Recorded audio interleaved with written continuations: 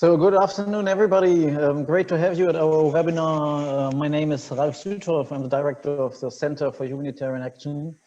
We are thrilled to welcome you all and have such a great number of registrations for this webinar. The downside of that is that we have to start with some housekeeping rules and to be very boring in the beginning.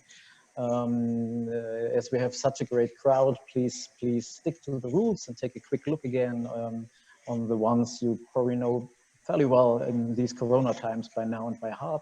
Most importantly, unfortunately, we have to mute the non-speakers, but please engage as much as you can in the chat with brief questions, if I may ask you to, and we will come up with them in the last half an hour when we can discuss everything of concern to you.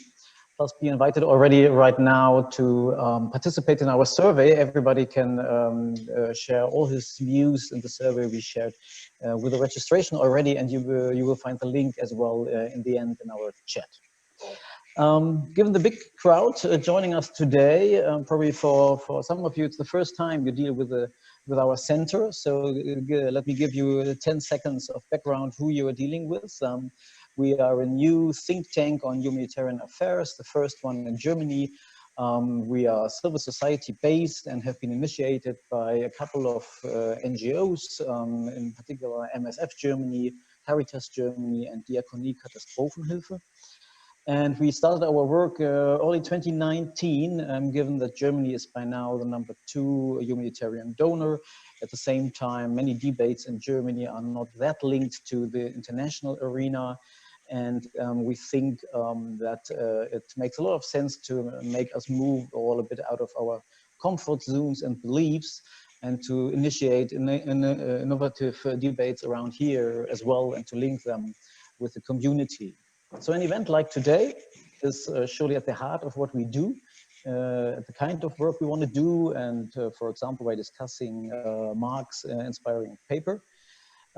Plus it's at the heart as we define for our center 3 priority areas of work until 2021, and one of them being the Triple Nexus in practice, as we call it. The decision came out of that we believe whatever you think about the nexus and the triple nexus in particular, it has a great momentum and relevance in the international arena. At the same time, we know very little what it might mean in practice on the ground, operationalizing it.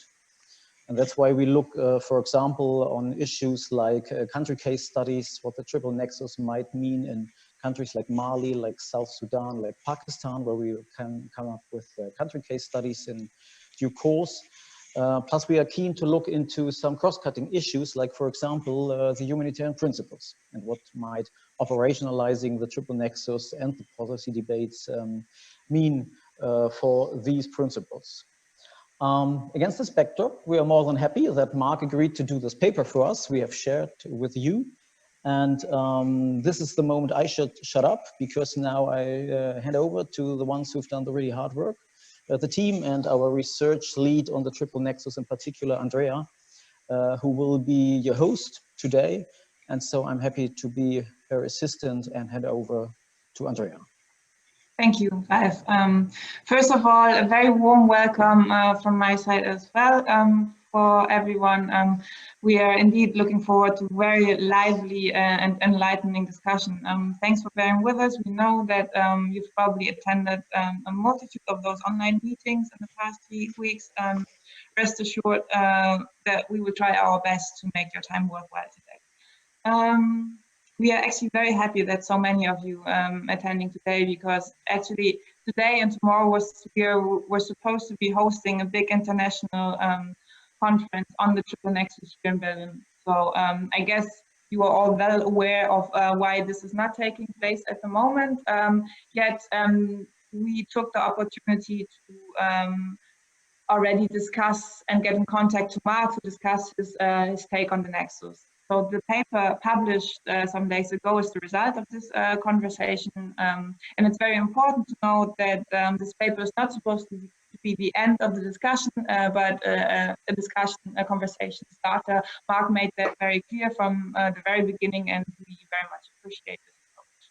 So we are very happy to hopefully contribute to getting some bits and pieces and loose ends together surrounding the Triple Nexus with this event, and to find out if and under what conditions the Triple Nexus can actually contribute to the challenge, to facing the challenges of today's crisis. And actually, I think the amount of attention that the paper and the event has triggered so far speaks volumes to the fact that Marc has touched a nerve with this statement. So let me introduce very briefly our speakers for today. We have Marc DuBois, which is an independent consultant. We have Dabagai. She's the country director of Action Against Hunger in Mali, and Christian Huber, who is an advisor for humanitarian affairs in IHL with the Diakonie Katastrophenhilfe. Both of them, Dabagai as well as Christian, are not speaking on behalf of their organizations, but as people who happen to work for those organizations. So everyone will get a proper introduction just prior to their first speaking appearance, to give you a very brief idea of the structure of this meeting. First, Marc is going to introduce the core argument of his paper. Then Dabagai is going to respond based on her rich policy and operational experience in those Nexus relevant settings. This is then followed by a short intervention from Christian and a short discussion among the three of them. Meanwhile, we will monitor the questions in the chat and put them through to the panelists after this discussion between the three of them. Please try to be brief in the chat and ask very pointed questions. So without further ado, please let me introduce Marc one more time. So Marc DuBois is an independent humanitarian analyst and consultant. He is also a senior fellow at the Department of Development Studies at SOAS, the University of London. He previously spent 15 years in various roles with Médecins Sans Frontières and was also the executive director of MSF UK. So, Marc, the floor is yours. Oh, thank you. Thank you very much. And thank you to the CHA for this opportunity. And I was looking forward to being in Berlin for a conference, but this will have to do. We certainly have a much greater reach. So let me say good morning, good evening, and good afternoon to everybody out there. Really appreciate that people have taken the time to come in and talk about this topic. I find it an interesting one, and I've got about 10 minutes to try and just run through some of the main points of what is a fairly dense paper in some ways. So I apologize to anybody who's been struggling with reading it, but thank you. Look, Ralph just mentioned, and he talked about the triple nexus in practice, and I really felt that, yeah, the triple nexus is a policy idea, but how do we start understanding better what that means in practice? And one of the ways that I think that is necessary to do that is to try and get rid of some of the blockage to understanding it and talking about it in a different way, because I felt that the conversation, and in particular the conversation from the humanitarian side, was rather narrow and in some ways unfairly, dismissing triple nexus and in a way that I just felt was problematizing the triple nexus more than it needs to be problematized. Because let me be clear, I understand that there are some problems with the triple nexus, right? But I think there's other ways to look at it. And so let me just run through some of the main points of the paper. And it was first this idea that humanitarian action is apolitical, and we're not political, but development and certainly peace are inherently political in a way that we need to just automatically keep a distance and a separation. And I understand the root of those arguments, but I think in the end we need to see that the humanitarian system is also quite political, and that the fact that development and peace building or peace are political ventures doesn't mean that we need, because of the principles, to stay away from them. It means we need to use the principles to engage with them in a way that maintains, for instance, our access on the ground and our identity and our character as humanitarian. I think a lot of the reading that I did, and it started out with an article on the New Humanitarian, formerly ERIN, and it was an article that basically talked about how, well, the principles are non-negotiable.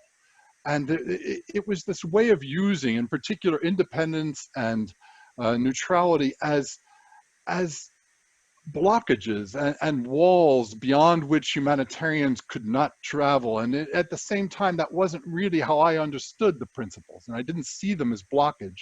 I certainly saw them as important parts of a negotiation. And certainly, if you start talking about, as some have, of the humanitarian action being subsumed or integrated or fused with the political, much more political ventures of military operations or the transformative state building of development.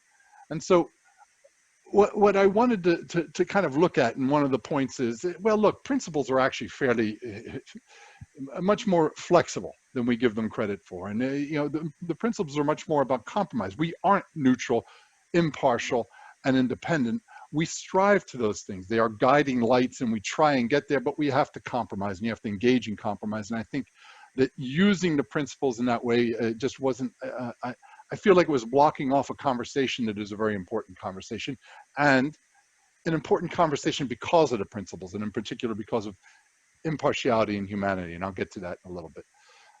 I think another part of the blockage was seeing this HDP or Triple Nexus as solely as this, what it was presented as, which is essentially, an institutional top-down exercise trying to join up these pillars of international response to crisis. And I thought, well, certainly that is in some ways the way it, that they arrived, but that isn't all that we need to talk about here. And to throw out the whole Triple Nexus, because we need, as humanitarians, and I certainly agree, need to be very careful about how we integrate ourselves or complement peace efforts and military efforts and peace building efforts. That's not quite the whole thing. And so I'll get to later, but I just think that we have to reject this conceptualization of the nexus as simply being that institutional, building linkages between silos. A third problem is the problem of protracted crisis. I don't think I need to really explain that to people.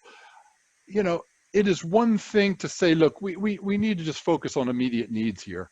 When you're there for 9 months, it's another thing to say we need to focus on immediate needs for 20 or 30 years. And lastly, to just say, look, I know there's a lot of nuance that I've left out. The paper was not supposed to be a long research paper. It was supposed to be, I think you said 5,000 words, and ended up about 8,000 words. But the point is, there's a lot of nuance. There's a lot happening on the ground and in projects that already goes beyond this rejection of the nexus. And I understand that. But what I wanted to get at to a certain extent is these underlying power dynamics of exceptionalism, the ideology that is allowed to sit within a sector sort of unchallenged. And this is what sectoral thinking does. And it is very ideological, a lot of these positions around the nexus. So the diagnosis for me was, look, the problem is not an insufficient connection between the three silos. The problem is the silo. The problem is the way in which we sit inside a silo of a humanitarian action. Next slide, please. So, there's a few quotes up here, and what I wanted to try and get at was, of course, I think there are some interesting structural initiatives that I've read about and seen. Even just things like multi-year funding, joint exploratory, multidisciplinary teams. I think there are a lot of things that can be done on that sort of structural and procedural level.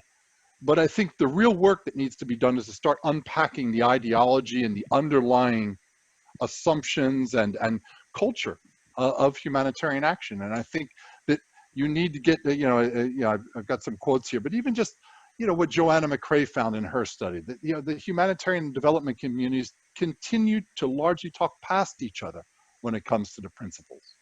I think this is really important. Until we learn and find a way and a common ground in which we're not talking past each other and start breaking out of these ideological silos, we're not going to get very far in the nexus. It's just going to be, donors forcing people to sit down and talk to one another, and you don't get too far with it. And in particular, to move away from thinking of the nexus as this top-down exercise that has to do with institutions, and to think of it, and we saw this at the time of the World Humanitarian Summit, a real percolating upwards of people who were, in particular in protracted crisis, saying we want more than to be kept alive, biological sustenance, for 20 or 30 years. We need something different. And you know, there's some of the research, the third bullet point there talks about some of the research that was done in coordination in conjunction with the World Humanitarian Summit, where people were asked about their needs. And this is their top two needs: unemployment and common poverty and destitution. And humanitarians for 20 years will essentially walk by those needs and say, well, that's not our business. We don't do that. We don't do development and we don't do peace. And there's something I've said before, or I said very clearly in the paper, I don't think humanitarians need to do development or do peace, but I think we need to think about them very hard and very differently, and what it means to walk past them for 20 years. So for me, the solution isn't an institutional nexus, it's nexus thinking. And it's nexus thinking that enlarges the humanitarian field of vision. It enlarges our scope beyond our silo, challenges the way we think, and a nexus thinking that actually looks to the operationalization of the principles in a slightly different way. If you go to the next slide. So what is nexus thinking? Yeah, it's a word I made up, that's what it is. So I kind of put anything in it because the nexus is kind of a broad thing and you can kind of read into it whatever you like. But nexus thinking for me is sort of seeing, and as again, not doing development, but seeing development and realizing this is most important thing for the people who are surrounding us. And how do we engage with that? So for instance, you would hear, and this is an ideological position, it is not a principled position, but it is the principles are used to say, oh, we have to have a state avoiding approach in humanitarian action. And when you start unpacking the principles, you say there's nothing in the principles that mandates that humanitarian actors have to have a state avoiding approach. And you don't need the triple nexus to get beyond that, but the triple nexus requires humanitarians to start thinking differently. Nexus thinking requires humanitarians to think differently about the state and its relationship and engagement with the state.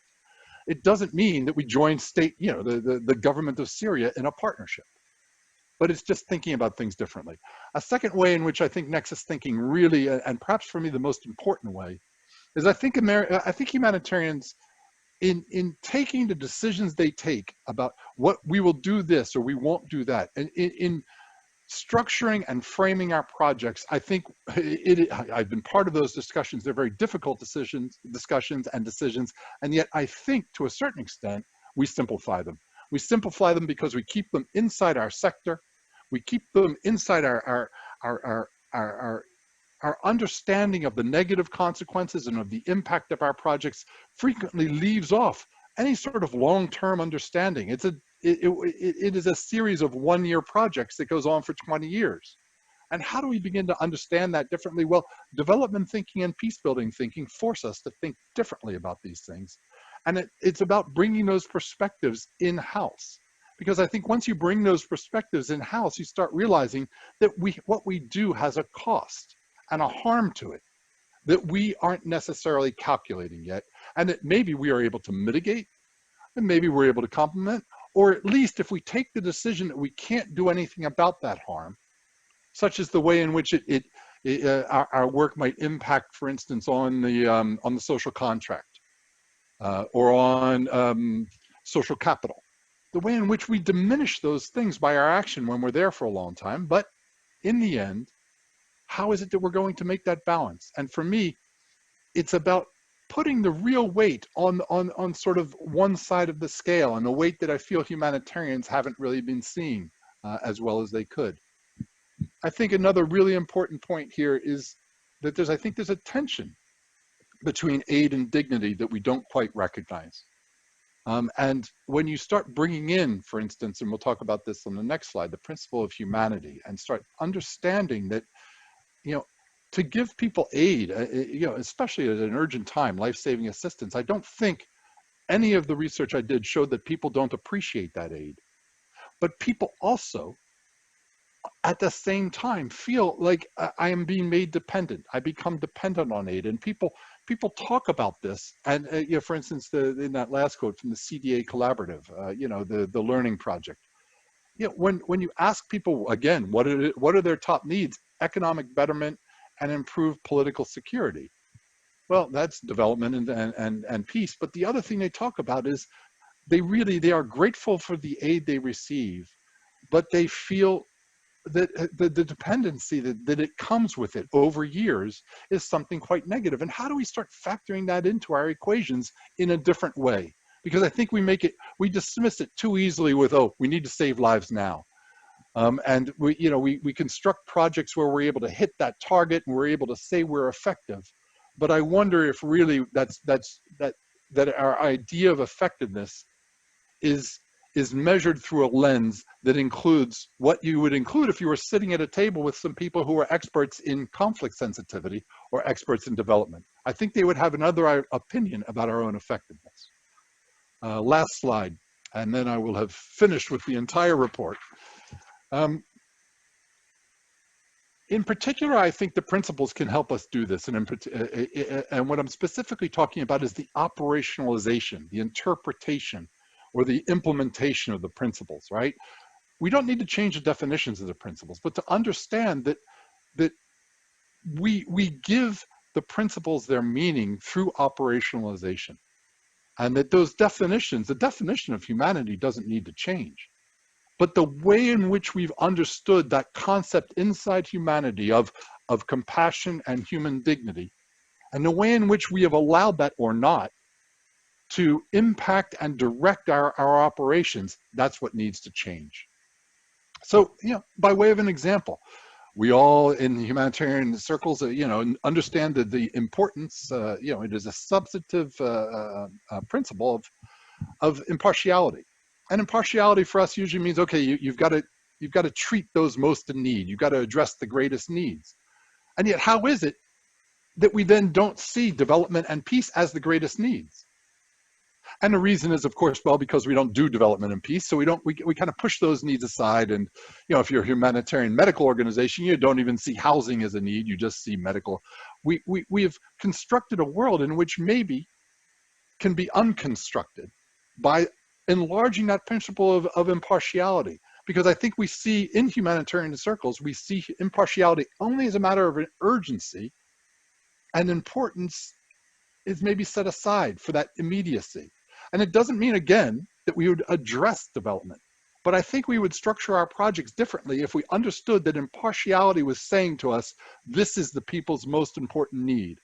And I think that would have a particular meaning for us in a place where we know there are no development actors. What does it mean to walk by communities that think development is their #1 need for 20 years in a row?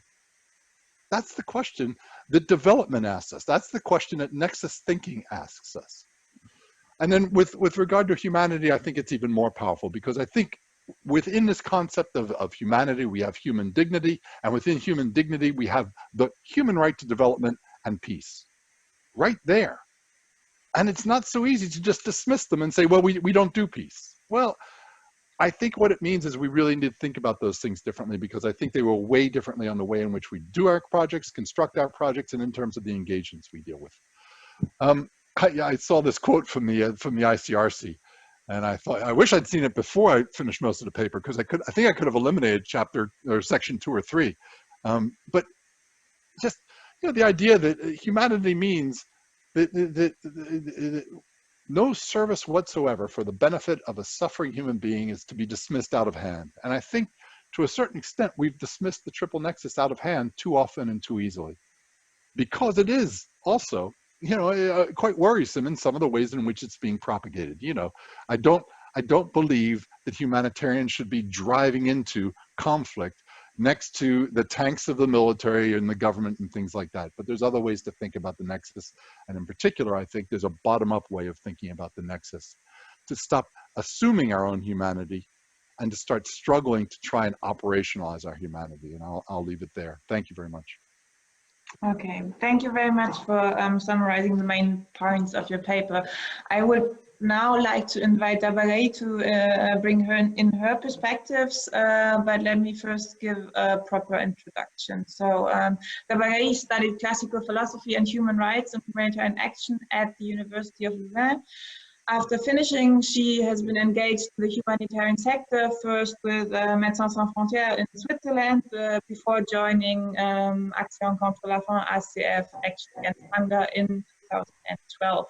Ever since, DuBois has been working for ACF in places such as Chad, Mauritania, Liberia, and the Central African Republic. Presently, she is the country director of ACF in Mali. And after this meeting, she will head right to one of UN OCHA's media briefings on humanitarian needs in Mali, where she will be the one reporting about the needs. In the past years, the situation has developed into a truly complex and protracted crisis, actually, in Mali, with overlapping fields of conflict and various national and international interest groups. The exact situation that the Triple Nexus seeks to resolve. Yet there is some research suggesting that the Triple Nexus is not working so well in Mali, right?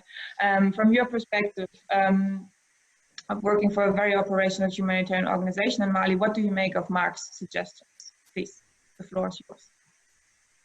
Thank you, Andrea. Good morning, good afternoon, good evening to everyone. I am really honored to be part of this discussion. I will give you very personal point of view of this really interesting paper. But first, I would really want to thank Marc and his discussion paper to say that this is an opportunity to raise our eyes and to give us the time to discuss about the meaning of our practices and the rationale of humanitarian action. Then from my practitioner perspective, from the field and from my previous experience, I should also say that I'm really happy to see that how the principle of dignity, the principle of humanity, including the dignity, is really put into the center and with the people we are supposed to support.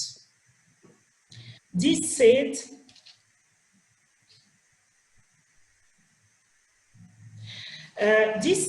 generally speaking, the nexus itself, then the humanitarian and the D component, is not as such a new way of working.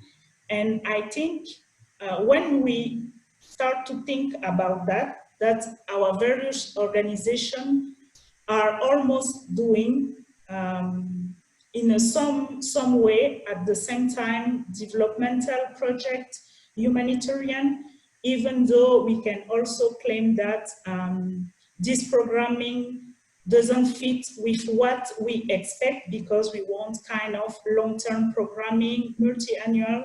Marc talked already about that.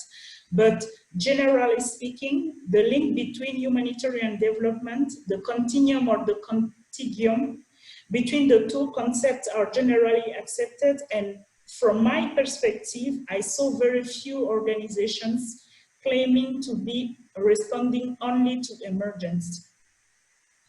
And then from this point of view, for me, the discussion and the discussion paper does not really reflect this effort that are made from the majority of the organization. It is true that we also agree that when you are doing this kind of collaboration, kind of programming, trying to address mid-term or long-term needs at the same time that having a chronic crisis or protracted crisis, it is true that you will not be able to have this state-avoiding approach because in some way, for the experience I have, you will be forced to deal with the local authorities, the representative, and I really don't see that much organization having this policy or this principle of state avoiding practices.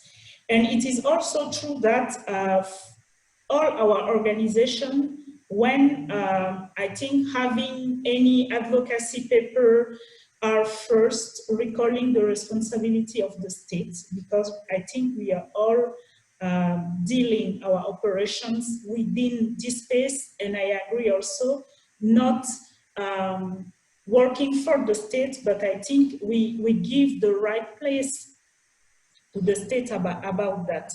Then I think our organization are not just responding to immediate needs, immediatity.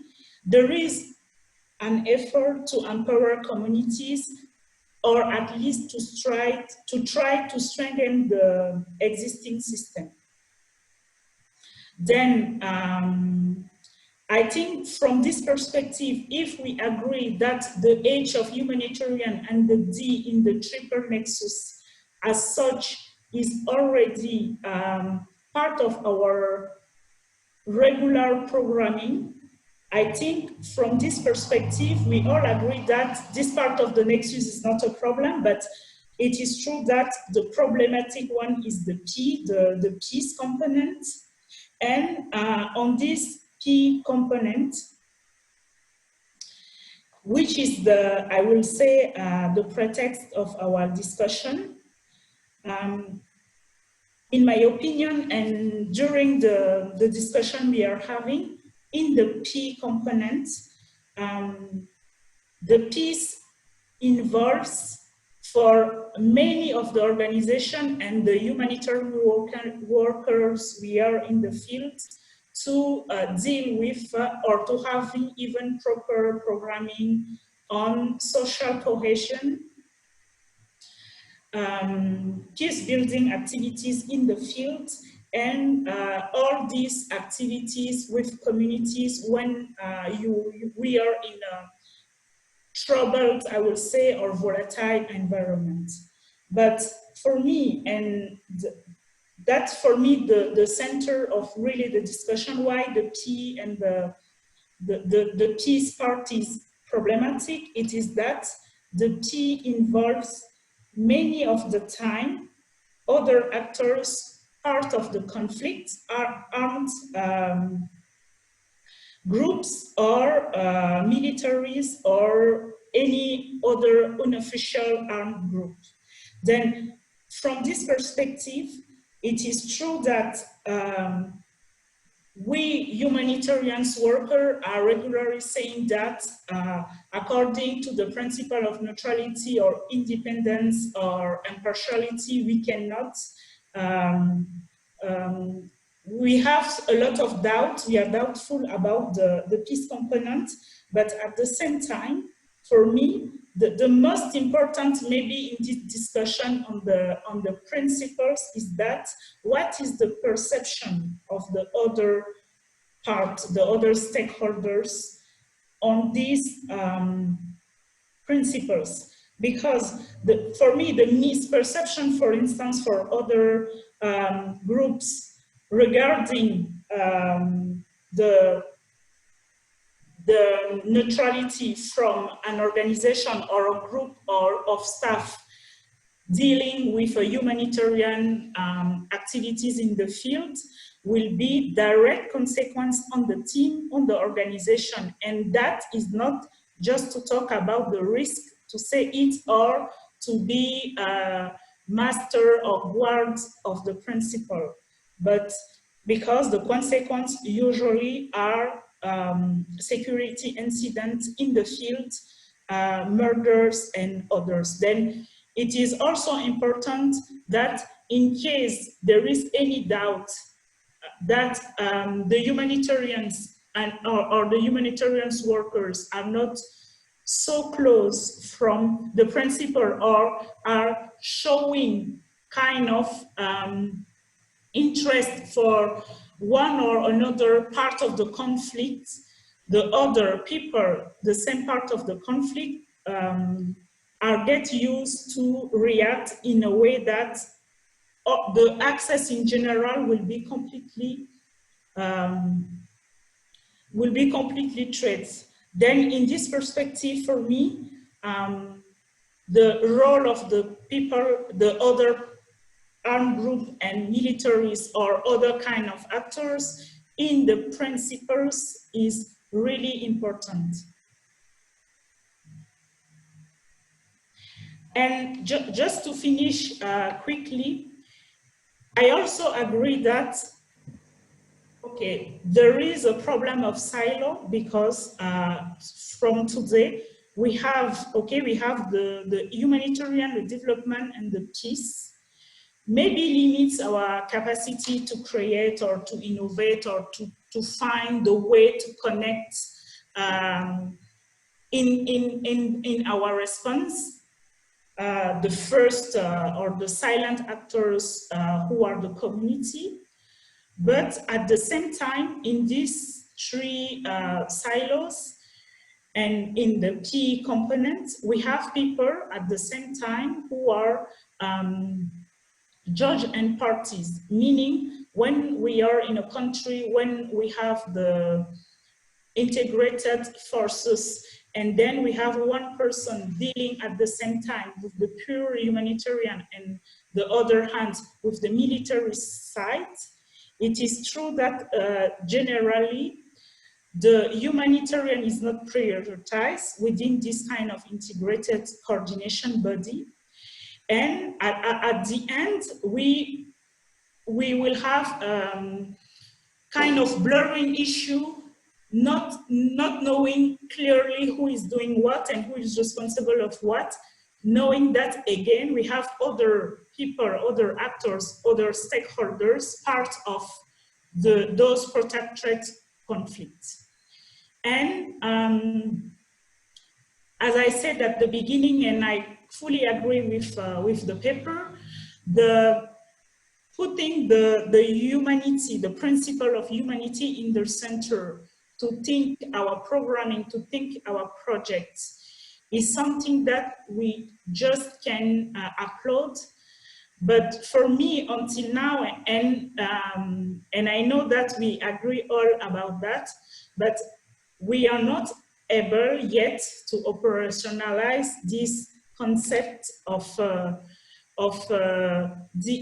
humanity on the way that we are saying, okay, there is humanity, there is dignity. I hope all of us are doing our work or are thinking humanitarianism within this framework. But today, the way we want it to be in the center, we wanted to put people in the center according to the dignity, stay for the moment a little bit theoretical. Thank you. Thank you so much, Dabagai. First of all, I would like to encourage the participants, the attendees of this meeting to post their questions into the either into the Zoom chat or privately to Char Ralf Südhoff, who is going to collect them and address them to the speakers later. But now I would like to invite Marc again for a very brief response to the very spot-on points that Dabagai raised. Please, Marc. Yeah, no, I agree. They are spot on, and I really appreciate. I certainly appreciate the view from the field because I'm pretty much stuck inside my living room all day right now. So I wish I were there in Mali with you. Maybe just a couple of brief points. One is, as you said, I do think that, and I think I tried to say this, although I was speaking very quickly. I think the situation on the ground. I think projects in direct confrontation, and certainly local organizations have never made these distinctions in these silos as important as we do once you start getting up to headquarters and other things. And so even though some things might be happening on the ground, I think the problem is that there's still a lot of ideology that works against those things. And it's in some ways, you get organizations doing some development work partly because it's so necessary and in spite of what people might say up at headquarters. But then also it's because there are no development actors there, and I think it's a good thing. But you know, the other question, of course, is where are the other sectors? I think, you know, when you start talking about peace, you know, there's some research from Mali quoted in the report, and I think I really thought it was very good research in terms of what the situation looked like. But I think it's a good example of how you might say ideology works, because you know, peace, and somebody, I think it was in the New Humanitarian on their website, there's another article about the Nexus right now, and it's what is peace? Peace building, what is that? It's everything from, you know, a community soccer match between two communities that are fighting each other to a helicopter gunship. And I think there's a bit of a sleight of hand to say, well, humanitarians can't go anywhere near a helicopter gunship, and therefore dismissing the rest of it. And I think that's what happens in some of our argumentation. And I think, you know, you start to get at what does it look like from the other side, as opposed to how do we see the other side? And what I mean by that is, it is one thing for me as a humanitarian and to sit around the table and say, well, how does our programming fit in, you know, conflict sensitivity, versus somebody who actually does conflict sensitivity for a living. And, you know, I note a quote from Scott Weber, who was in that article, and he works at Interpeace. And what he talked about is, I would really like to humanitarians to understand their footprint in a conflict area. And I think the implication is that we don't understand that footprint. And that is what Nexus, for me, that's what Nexus thinking is about. Because what it means is the decisions and the structures and the way in which we organize our program and work, there's something going on there that in terms of feeding into a conflict that we don't get. And I was part of many of these discussions where we tend to reduce the idea of, well, we don't want to be part of a conflict. We want to make sure our aid isn't part of this conflict. It's, you know, a very oversimplification of, let's make sure our food isn't going to the rebels. And that's just thinking really, it's not very easy, but it's already just an oversimplification of what's at stake and how it might be working into a conflict. There's an article quoted in the paper about, you know, a community in the Philippines that was saying, wait a second, you guys come in here with impartiality, which is already a way of dividing up the community. We are a community here, and the community is the building block of our structure. And you come in here with your impartiality, and it's all about one person, one person, one person. It's the exportation of the West's fascination with the individual. And I thought, wow, that's interesting. And those are the kinds of conversations that I don't think we have enough of, and what they might mean, and how we might mitigate some of that. So that's, you know, just, you know, maybe a very brief example. I think, you know, on the development side, again, I think it comes down to really trying to understand what is the impact of our programming over time in a better way. And I think you need people in the room. You know, a good example, I agree with DuBois. I think there's a lot of organizations that are doing pretty good work on the ground in terms of trying to meet some of the developmental needs. And yet take something in humanitarian action like accountability to beneficiaries, accountability to people in crisis. We've been talking about that for 25 years, and we know that the status of it still isn't good enough. It has gotten a lot better in the last 5 years, but why was that such a problem? And the only ways that is such a problem is that we are living inside a silo in which we do not really operationalize the impact on people's humanity and dignity when you're not accountable to them. And we got away with that. And we got away with that forever. And we got away with saying, oh, you know, we can't do community engagement right now because we have to go save lives. We're in a rush. And we do that all the time. And I would think that if there were development organizations there and development people in our organizations, they'd say, wait, you can't just say that. If I were in a development, you know, I worked in development I was a Peace Corps volunteer 40 years ago. Yeah, almost 40 years ago. And what I would have organized is community groups that take accountability from humanitarians. That would have been community empowerment for me, because humanitarians would have been one of the most powerful forces impacting on their lives, and they needed to have control over it. And I would have done that 20 years ago if I were working in development in a place where humanitarians were going to be around and distributing my food and delivering my healthcare for the next 20 years. So I think that even when we do development, I think we would learn a lot, and it would change a lot if we really had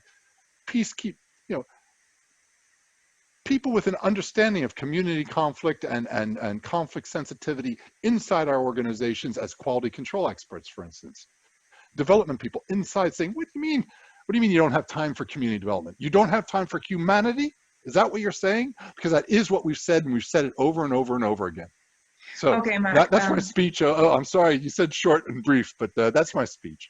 Okay, thank you very much, Marc. I'm sure that you would like to get back to it, but let's save this for the three of us, four of us discussion a little bit later. I would now really like to invite our third speaker, Christian, to the stage. First of all, I would like give him a proper introduction. Christian Huber currently works as the advisor for humanitarian policy and advocacy at Diakonie Katastrophenhilfe in Berlin. Before that, he worked for around about 8 years in different operational settings with the German Red Cross, with the ICRC on topics mainly related to assistance and protection efforts in conflict environments. He also spent 1 year in Geneva as Humanitarian Principles advisor with the NRC, and he has a degree in political science and is also a graduate of the NOAA program. So please, Christian, the floor is yours.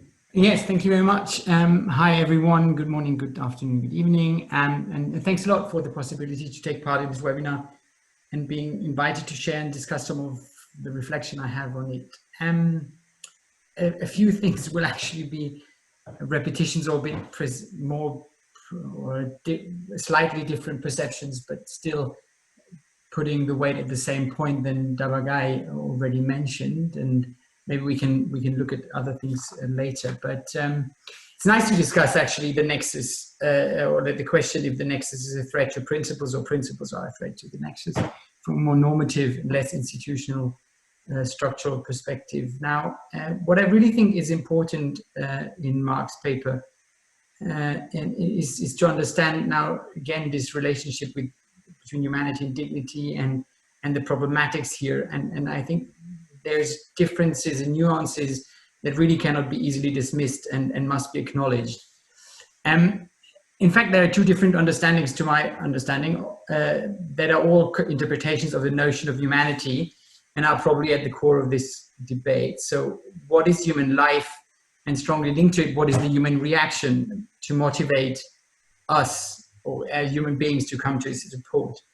The first one is and of course probably somewhat simplified, is the understanding of humanity as referring to the existence in its unique and singular character. Hence the aspiration goes, the individual needs to remain alive, because if you're dead, what becomes of your hopes, dreams, and aspirations? Now, the second understanding of humanity, which refers more to the depth of a personhood in human life, it's more sort of the possibility of time awareness, the acknowledgement of self-knowledge, personal responsibility, struggle and failure. And hence, the aspiration would go, the potential for a good life actually needs to be protected and nurtured, because what is a life in a survivable misery without hopes and a perspective of aspirations? Of course, the difference of understanding and focus between the two could be influenced by the organizational culture and history, by legal developments, philosophical discussions, but also explained by the environment in which we find their application. And maybe, even if I would not agree to 100%, protected crises are this kind of survivable misery. I understand Marc in the sense that he finds the first understanding not only very ineffective and problematically unrealistic in the absolute term, but utterly paternalistic, in particular as a civil society actor, and that for the sake of respecting and supporting people's dignity, their agency, their self-reliance and aspiration, suffering and actually failing or succeeding might be even important aspects of their existence. So this opens the door widely to, of course, development and peace considerations, consequence. But what they also do is like sort of they accept suffering, further suffering and potentially death of some of the individuals on this path to change, on this path of self-reliable change. And there's a strong value-based judgment, and I'm not sure if we can, or at least should all assign to this opinion. And maybe there it links to this kind of complementarity, or the nexus is not a mixes statement. Actually, just on a side note, which I quite found interesting, that on the last time this concept of humanity, or I heard this very strong statements around we should really rediscuss humanity and understand it differently, and like, oh, I understand it much more widely, was actually referring to the first like so-called concept of humanity. It was like maybe, I think it was 6 years ago in around Gaziantep, and the discussions of, okay, we cannot reach everyone, but like, let's just save some people, and like, let's not spend too much time discussing on impartiality and neutrality, but let's just deliver, because we need to follow this call for humanity. And yeah, maybe that's interesting for the discussion later. Now, my second main point is that the paper is really unjust, and it came out already from maybe the statement from Davagai, and some of the questions I've already seen popping up, because like sort of Marc called for this people-centeredness, more openness on principles, and it sounds really that the sector would not already think about this problem. And if we would only follow it, of course, the situation for the people on the ground would finally improve. I mean, of course, principles are flexible, and compromise negotiations are essential of being able to deliver to the affected people in protected crisis. And I would say also to actually fulfill the aspirations of those that are willing to assist. I doubt that many of us use principles by the text, and just from my own experience with the ICRC, believe it or not, we build large water supply infrastructures in protected crisis environment, and they included business plans and the creation of community water committees, but they also included like conflict sensitivity and trust building approaches among two ethnic communities that had been in conflict with each other, but were both linked to this kind of source, and we needed them. So many of our NGO colleagues and other organizational colleagues have kept the doors wide open to take a better and constant look at different approaches to principled humanitarian action in order to improve the response and integrate longer term aspirations. I think many of us have come a long way, and I'm talking about do no harm, accountability to the affected populations, rights-based approaches, people at the center, donor flexibility, and the whole, of course, the whole localization agenda, which actually resonates deeply in my own organization.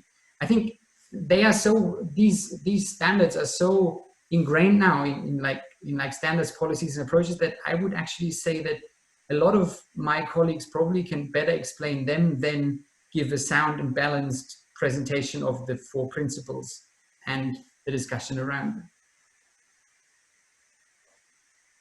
But the problem I think I really see is like sort of, my colleagues believe actually that all these multi-stakeholder UN or state-driven attempts to align or combine humanitarian development peace agendas is actually asking us to bend principles to a political agenda in order to deliver more useless band-aids in some islands of stability, at worst to support discriminatory or partisan state resilience agendas. For the sake of making a point of argument in reference to a section in Marc's text that really struck me a lot, was like, actually, I think sometimes people in Europe actually want endless hands out in Africa rather than in their hometown. And the economic and political transformation costs for donors to actually pay year after year band-aids are lower than really addressing the root causes of context.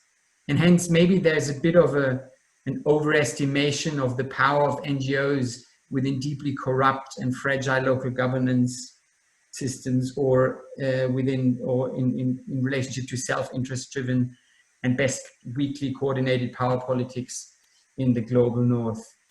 So yeah, maybe an overestimation of what we can do. Yeah, let me stop here. There's a few questions, of course, later in the discussion that I would have some links to, that the paper is very assistance focused to my understanding, and we should maybe have a look in more, sort of see where maybe protection actually comes in and the nexus, and a few other questions, but I leave it for now and hand back to you, Andrea. Thank you. Yes, so my role is the one of the facilitator. Thank you very much, Christian. Now I would like you to invite the three of you to discuss on what has been said in the past 10-15 minutes. Let's keep it brief. We are running like 5 to 10 minutes behind. I will want to make sure that also the questions from the audience are given some space, but maybe what both Davagai as well as Christian have pointed out to is the difficulty to operationalize the concept of humanity, and how what does this actually mean vis-a-vis other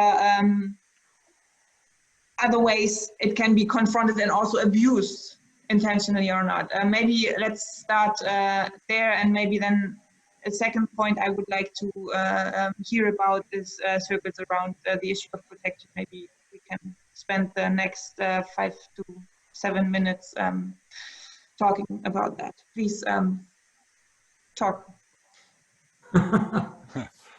Maybe just to say very quickly on protection, I couldn't agree more. You know, I came up through the ranks of MSF working on the protection and advocacy side of things.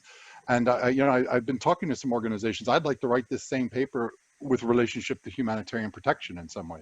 But I couldn't do both in one paper. I tried, and it couldn't be reduced to a page or two. And it's a really important topic, because I think that if you start looking through a peace lens and development lens of protection, it opens up quite a lot. So if anyone out there wants to hire me to do that paper, I'm available. Maybe just one, you know, I think both Dabagai and Christian are right that things are happening on the ground, and that, you know, organizations aren't quite so naive in these ways. And yet I still think we judge that from within our own silo. And we certainly don't let others judge whether we're doing a good job in understanding development needs or in understanding their peace needs. And I think that, you know, typically ground truth surveys, ground truth solutions, their surveys show that we tend to overestimate what we do and compared to how people value what we do. And I will go back to that. If as Christian says, that we've been doing this for a long time, we've put in place lots of policies and structures, well, then go back to this idea of accountability. It's still a problem, accountability to people. And as I said, it's a problem because within the silo, accountability to people is not directly linked to humanity.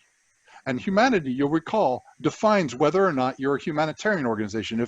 If McDonald's Corporation delivers a lot of hamburgers in South Sudan, it doesn't make them humanitarian. It's the principle of humanity as the motivating and force and purpose of humanitarian action. And if you're doing a bad job on humanity, you're not humanitarian, you're delivering relief. So something so essential like that as accountability to people, and yet, you know, it's not there. We write a lot of policies, but I still think that if we break, we need to get outside of the sectored view of that and the siloed view of that. And I think it's very difficult if we just talk to one another. So it's just a quick example. I'm sure that maybe Dabagai or Christian has something on that. Yes. As I said when I was speaking before, maybe to operationalize the dignity and humanity, we need properly another kind of mindset, and maybe also another kind of framework. And for me, all our energy, we people really struggling in the field, is that I know that what I will say is not something new, but we put all the energy, the whole day, trying to be compliant with a lot of rules.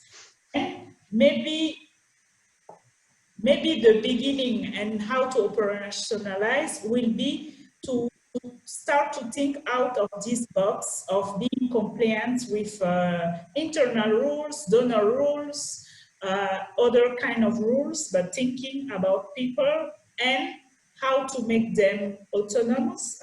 As we said, that we need to think about the impact of our actions, and we need also to think that people want to have a project, to have perspective, and to not be kept kind of hostage in regular assistance without any other perspective. For me, the first step will be to start to think just blind without trying to be compliant to any kind of external rules than humanity. Maybe the beginning.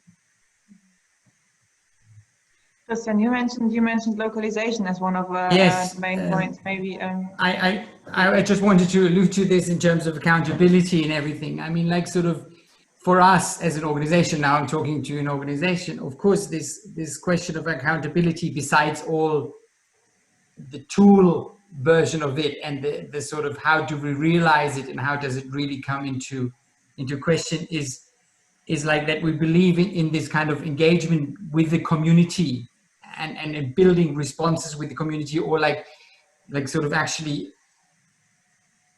trying to find strategies together with the community on how to prepare better and how to respond better once a disaster hits or strikes, or yeah, I mean, but this is of course like sort of relating more to a natural disaster environment, but this aspect of accountability for us is very closely linked to this kind of community work and empowering the community to respond themselves. Like there's an approach that we call survivor community-led response that has reached quite some traction within our networks. And if you're interested, please take a look. Now, but there is one thing, and this kind of links to this discussion. It's the question about sort of an individual dignity and the needs of the community, and how these two things might interlink. Like sort of, if you underline all the time the need for the individual needs to have a dignified life, and then at the same time to mention it's so important to listen to the community, but in fragile environments maybe there are no systems, checks and balances that actually allows the individual to claim its own aspirations against the community, that becomes really problematic. And I'm wondering on how we deal with this, and what can be solutions to deal with this in our very, very daily life. And I'm always struggling with this, because I had a similar experience that you said about the culture. I did my research in the NOHA Masters in an indigenous community in Colombia, and I asked them sort of, why do you think there should be a response to victims of armed conflicts? How should it be done, and what should be done? And they as well, like sort of highlighted, give it to the community and the community will then distribute and blah, blah, blah. And there was again this problem of like sort of, but if the individual wants another thing, and the individual is the core of the dignity, then so how do we deal with this? And that's a fundamental problem. I don't have a solution, but just want to put it out that it's I mean, I guess a lot of other people have the same experience. I think that goes really to my point about how I really hope that this paper is, sort of the beginning point of a discussion, right? There's all these papers, you write them and it's the end of the project. Somebody ticks the box, sends out the paper, and that's that.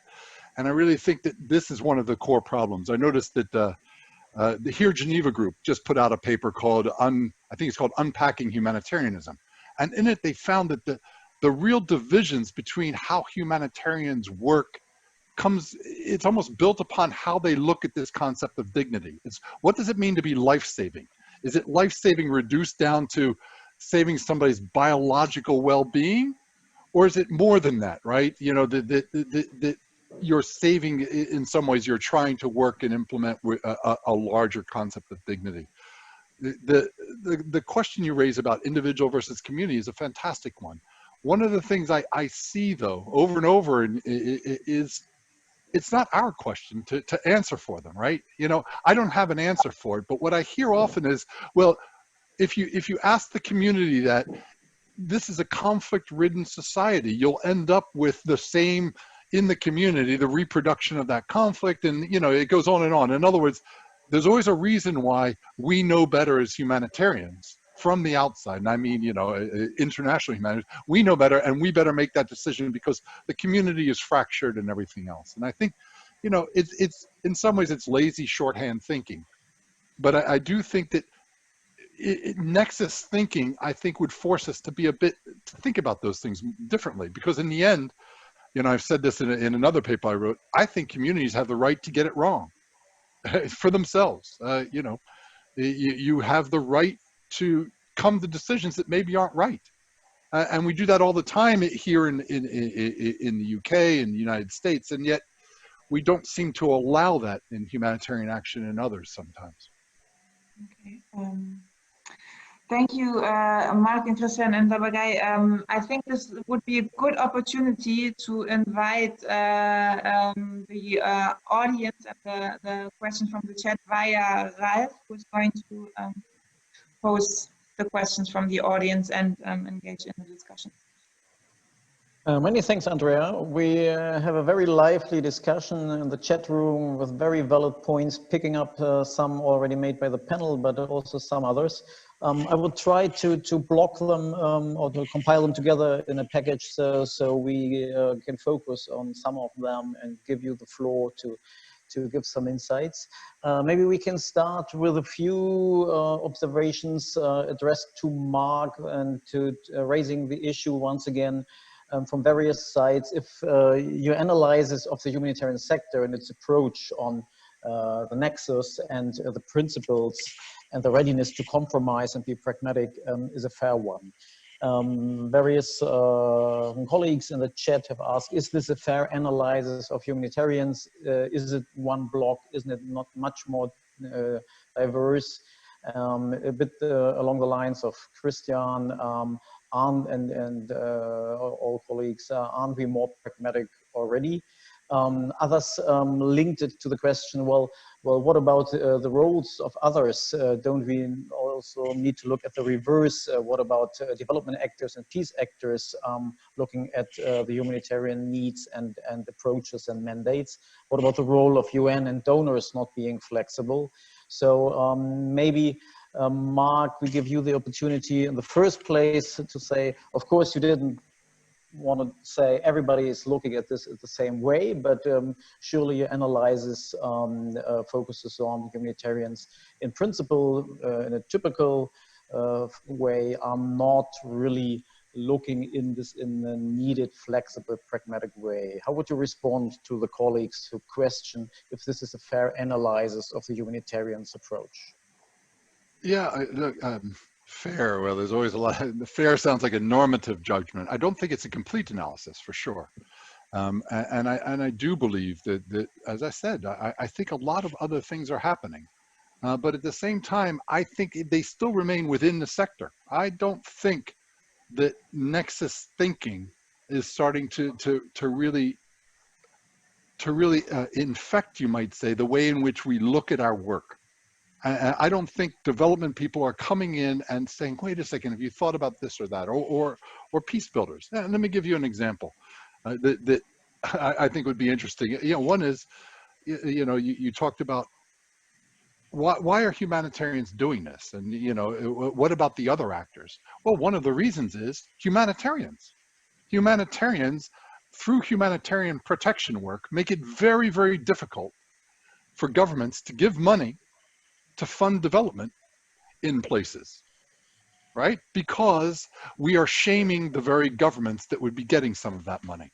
So, and this is it's an old strategy. You use, you highlight the human rights violations against the government through humanitarian protection. I used to write these reports. And of course, a government in the West then can't give money to that government for development and has to package everything under the label, the funding stream of life-saving or emergency work. And so why aren't the development actors there? Well, they aren't there because there's no funding coming in for them. And why is there no funding coming in for them? Do we start thinking about that? Should humanitarian protection people start thinking about that? Because actually, maybe we have something to do with it.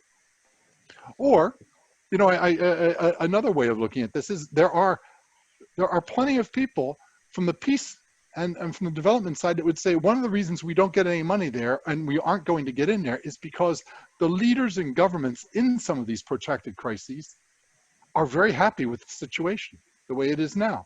Humanitarians come in and substitute for state services, keep a certain level of mortality down, and these are the kinds of things I don't think we grapple with regularly enough. And I think that, so yes, maybe in many places, for sure, this isn't a complete picture of what's going on, but I do think that there was a very strong and institutional side in which we reject, on the grounds of the principles, we say we can't do these things, and I think we need to look at it differently. Many thanks, Marc. That was straightforward. The second block of question is dealing with the issue of what does all this mean in operationalizing, for example, a stronger focus on the principle of humanity. What does it mean to engage further for humanitarians in a triple nexus? So for example, a question came up from the Syria context. So if we do it like that, how factor in risks, trade-offs between short-term aid and when we are ready to deal with state agencies, for example, in Syria, versus long-term goals of achieving peace and human dignity? How can we deal with that without going too far in our compromises? Others have raised the question like, how will integrating humanitarian work with development and peace building not be detrimental to the safety and sustainability of humanitarian programs? How could this not be a dilemmata? Or how operationalize this, for example, in the cases of joint missions? If you don't mind, Marc, we hand that over to the very operational Dabagai for first response, if that's fine for you. Dabagai, to shoot this on you without warning, and then moving on to Christian if he's happy to comment. Over. Yes, I should say that those questions were also mine when I read the paper. I think this discussion paper is kind of disturbing, but disturbing in a way that we need to go further, we need to think widely, and we need to think out of the box. It is true that in terms of how to operationalize in a concrete way in the field, some part of the discussion, and for me really the peace component, and for me all the point is really about the misperception or the perception of other stakeholders about the principle we are using, let's say like that, to have access, the principle we are claiming to have support even from the government or the donors and whatever. Then it is true that when we discuss, we gave some perspective or how to operationalize, like to keep in mind the do no harm principle, for instance.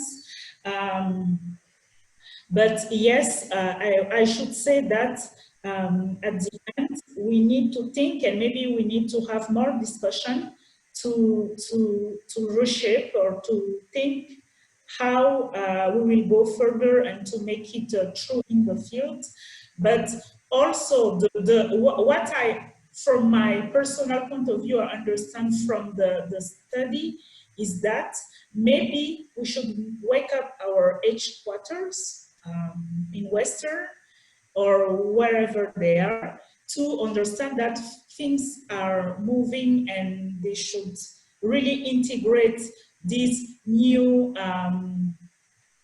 development in the field in the way they think, even the mandate of the organization, even the structure of the whole organization, and maybe to integrate the fact that the principle should be kind of a lighthouse, kind of ideal, as Marc wrote into the document, but not the absolute that we should reach, and to be completely blind of what we are doing around us, and also to be attentive on how we fuel the conflict or how we are not helpful our own impact.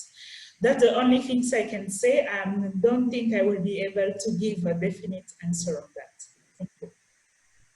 Many thanks. Christian, would you be keen to comment on that one, on the key issue of operationalization? You mentioned already colleagues do work in many ways already, as Marc is asking to do it, but what does it mean in practical terms? Yeah, I want to go into this question of this. I mean, a colleague mentioned, asked, sort of, how do we think about it in Syria, and how do we do it there, and why, how could we even think about this? And And probably there's a linkage to this question of neutrality. I mean, there is the question of neutrality, but then as well the trust aspect. And let me explain it why. So we really, with this approach, we really need to look at the context, and that's a kind of a no-brainer. But like in Syria, for example, where you have an environment where the conflict is based a lot on this like state structures, and where the state has a strong sort of role and reach through onto the ground, and the actors who are in this conflict are not only from the community, but as well like sort of a lot of other external forces. So here this aspect of neutrality is still very, very important, because this is how you can explain how you claim your point, and where it links to IHL then and things of forth.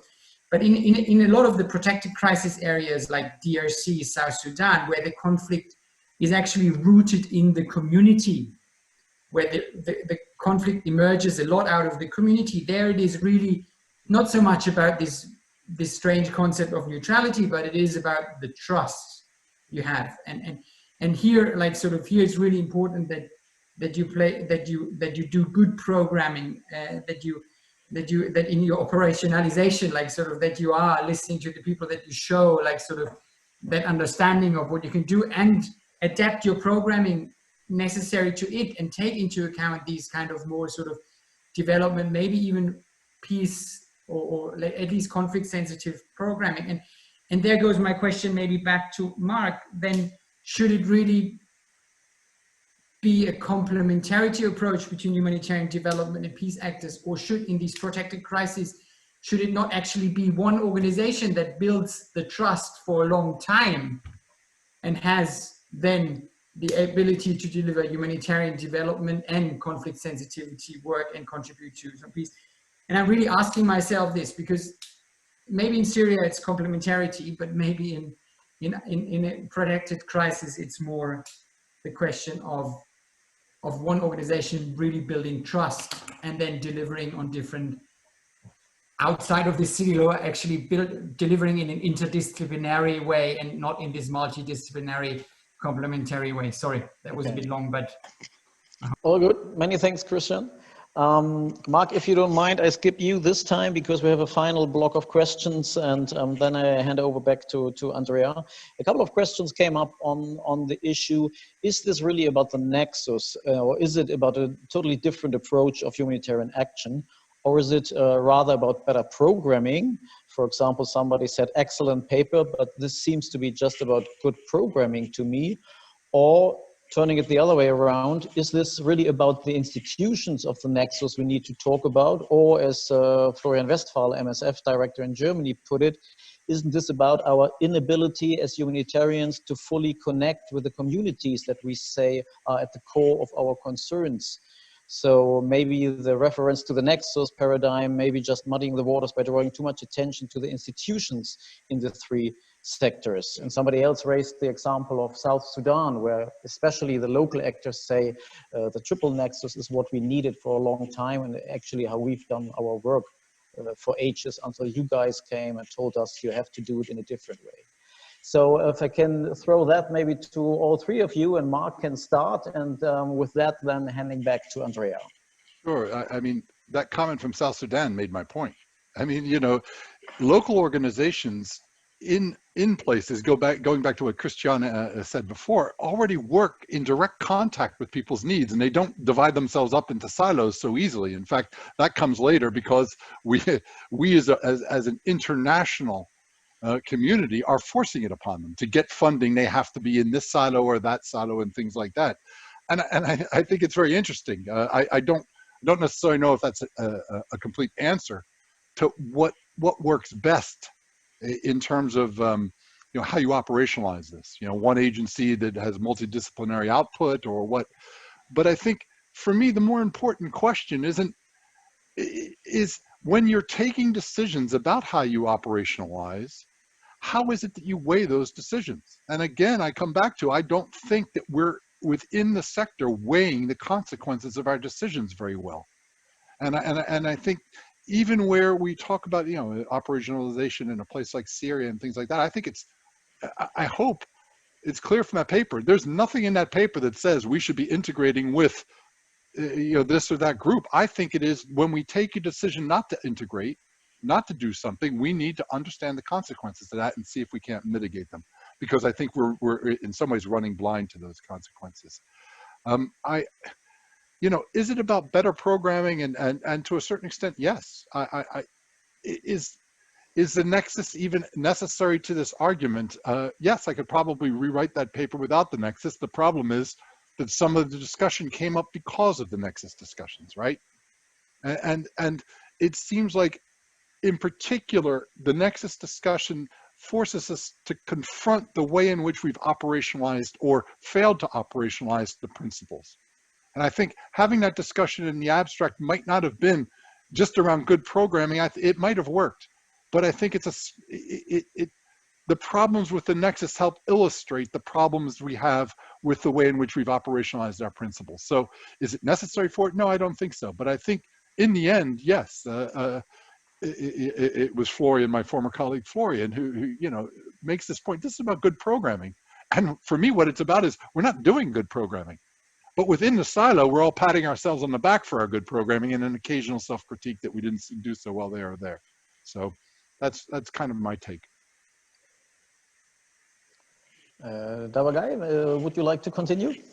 Yes, I would like to continue actually on that part, talking about the community, whether we are discussing and questioning our sector because we fail to reach the communities we are supposed to put in the center. Probably yes. One of the things really interesting also in the discussion paper, we didn't have the opportunity to talk a lot about, but Christian gave some insight, is the fact that it is true that the model itself is mainly a Western model that we Western model and thinking that we applied in the field. But I say that also from my personal point of view, I'm really careful about all the discussion we had on how we can kind of contextualize the action, the humanitarian action, to put the humanity, because the saving life can be something else in the northern Mali than somewhere else. Marc said that, but I'm really careful about everything about contextualizing, because in our human history, we saw that when we try to give kind of different meaning to things, we can be completely being in how to say that, very negative action. Then for me, probably we fail to cover or to center the communities we are supposed to support and to move forward with them. But I think that maybe the localization, but I'm not even sure that's the good answer for that in a holistic way, because of a lot of discussion we can have again. That's my purpose. Thank you. Oh, Christian, your final take until I hand it over to Andrea. Andrea, sorry, no, go ahead, because I'm, in the interest of time, let's do someone else. Okay. So I will make the attempt to have a little wrap up of what was discussed and what we've heard, and then after that I will hand over to you for like one last, to the three of you for one last very, very short and brief comment and goodbye. So I think this discussion that we just had showed first of all, that it was mentioned before that the humanitarians and the humanitarian sector is not a monolith. So there are so many different perspectives on how to grasp what the Triple Nexus is supposed to be. We see it among the speakers, but also in the comments from the audience. So there are very many unresolved issues with that, and this is why I so much appreciate Marc's approach to say, okay, I want to trigger some points and then let's go forward and discuss, because I think he has done a good job doing so. So it still remains not unclear how to grasp this principle of humanity and to reconnect it to an operational approach for a humanitarian organization, which has which can draw towards such other concepts also as do no harm and so on and so forth. And the central point that we kind of can navigate it was the point of what is this peace? What is the P? Davagai, you pointed it out in the very beginning, and I think it still remains very unclear what this concept is supposed to mean, and what it means to whom, what it means for what local actors, for what international actors. So I think this is a very, very important point that has to be followed up upon. I really liked Christian's take on maybe it's also a matter of trust. And then there's something which would be also my personal interest, because I think parallel to this event, there's an event of the Dan Church Aid discussing the Triple Nexus and local faith actors, you know, and if this would be an approach to grasp a better understanding of the Triple Nexus as well. So I really like that you mentioned that you found the paper disturbing, and I think at first I was like, oh no, but I think it's a very good term to describe, and I think it's also important that this paper triggered this feeling, because nothing will ever happen from staying inside your comfort zone, right? I mean, I have a feeling that we kind of started a discussion that has been maybe discussed under other umbrella terms, but I think if we really want to discuss the important problems of the sector, then we need to be disturbing and leave our comfort zone. So having said that, I would like now, because we are kind of really running out of time, hand over to three of you for one final comment, thought, impression of what you want to share with the audience. And yes.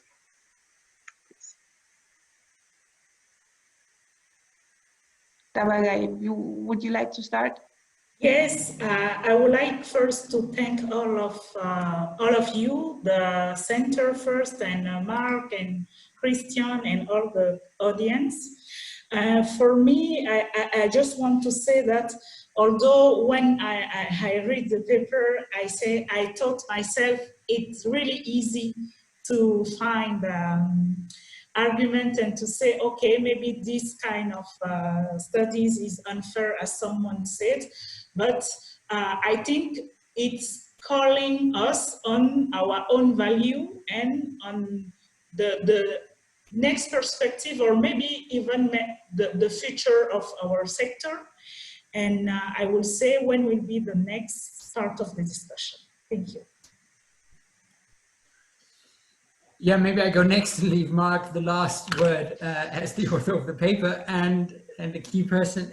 No, I mean, it's kind of a perspective from my job, actually. The one thing being this advisor on policy at TKH, and at the same time, like, of course, like sort of being linked to the chart in some way. And I'm really happy, and I really want to underline the importance of these discussions in the terms of where we really have a look at these kind of, what are the underlying concepts, what are the value systems we're talking about, where do they come from? Because, and not only among us here in the headquarters, but together with actually our colleagues in the field and the people on the ground. And I hope that these kind of papers and discussions, and I hope that there have been loads of operational people here on the call, can help to do that, because often it's just dismissed as, yeah, blah, blah. But actually, it helps us a lot, I think, more than just following tools, strategies, and instruments, simply like,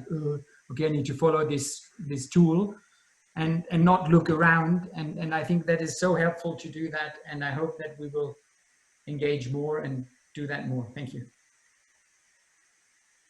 Thank you for the last word. First, maybe just thanks to CHA and for the people. I look forward to reading the chat. I'm sure it's been lively. Maybe just to say, look, in trying to operationalize, whether it's a nexus or just do our work, I think Christian raised something earlier that look, at a certain point, you can choose, let's say, to bring in more technology into a hospital, and you can improve your outcomes. You can improve life-saving, but you can only improve them with a 6-month window on, because you're not going to be in that hospital for very long, and you haven't trained people how to work in a way that they're able to do that same work without all that equipment, because we know that the hospital, once MSF or an organization like that leaves the hospital, they aren't going to be able to maintain that equipment. It's very high spec and all of that. And I guess the question for me is that if we can bust out of these silos, I think we start to understand just how hard these decisions are, and that there is no right answer between, do you do the higher spec, higher technology now, or do you allow, allow something that's less effective in the short run because it will be more effective in the long run? And how do you weigh and balance those things? And so the first thing is, I think this helps us sit in with that dilemma rather than dismiss it too easily. Second, I think the obvious question, if you start bringing humanity into it, is why are we deciding that in London? Why aren't the people in that community deciding which they would rather have? And then maybe the last thing, just at the very end, is part of the reason for bringing in human dignity and humanity is that it is something that should create a common ground with development and with the peace-building crowd. This principle of human dignity, and it really was the idea that that can be a place where all three communities can start to look at our divergent approaches to that and start to build a language. Because I go back to what Joanna McRae said, we're talking past each other all the time. And I do think that that was the purpose of putting humanity in a different position and operationalizing it differently, and involving peace people and development people in that operationalization. And maybe with that, I'll just say thanks again.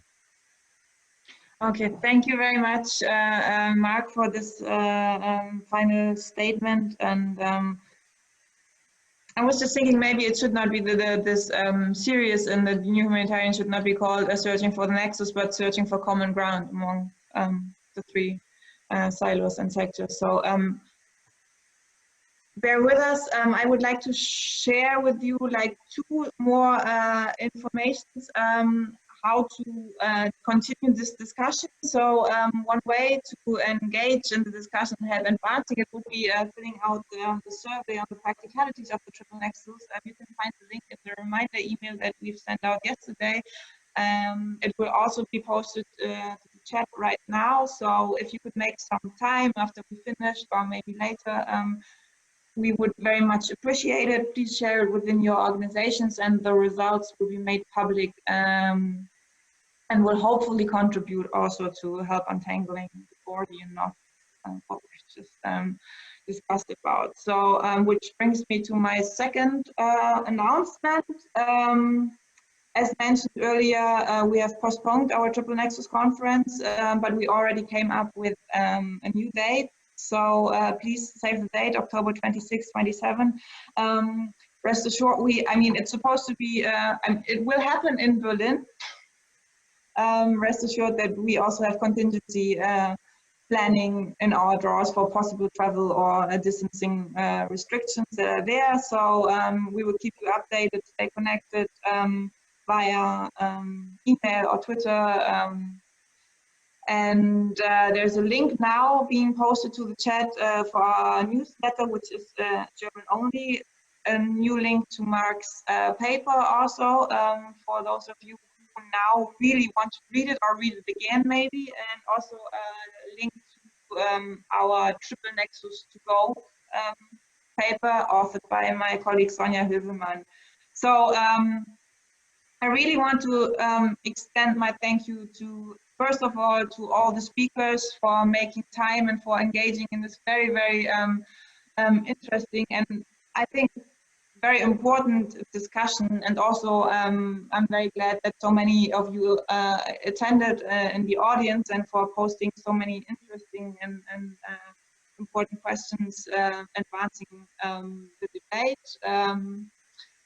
Thank you for your participation, and last but not least, we also have to thank those people who made this all possible, but who rarely appear on the screen. So I would really pay my biggest gratitude to our CHAR team, which is Sonja Hilvemann, Arvid Ratzai, Goda Milashut, and Lena Wallach, who were standing on their shoulder the whole time through. So thank you so much to all of you. Please stay in contact. We would really like to engage further in this discussion and help advance. Thank you, goodbye, take care, and you will hear from us soon.